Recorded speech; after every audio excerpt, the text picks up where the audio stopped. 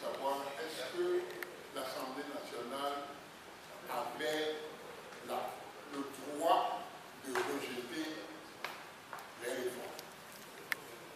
Vous savez, le problème de la nécessité des réformes ou pas s'est posé avant l'accord politique global et compte tenu de la situation juridique de notre pays avant l'accord politique global, les parties prenantes ont estimé que cette situation-là n'allait pas dans le sens de la promotion de la démocratie.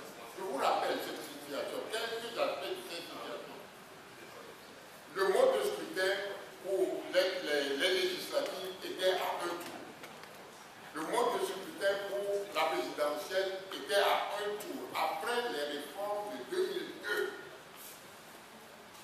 Et l'accord politique global a rejeté ces institutions-là, ces dispositions-là, en estimant que ces dispositions n'étaient pas favorables à la promotion de la démocratie. Donc en 2014, le gouvernement n'avait plus le choix.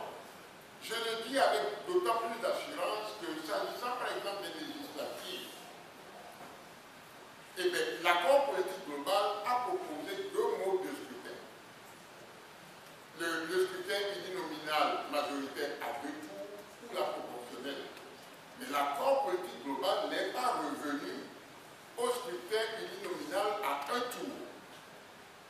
De la même façon, tout ce qui existait avant l'accord politique global, on ne peut plus revenir à ça, puisque l'accord politique global a condamné tout ça. Donc nous disons que l'Assemblée nationale n'avait même pas le droit ni le pouvoir de revenir avant 2002.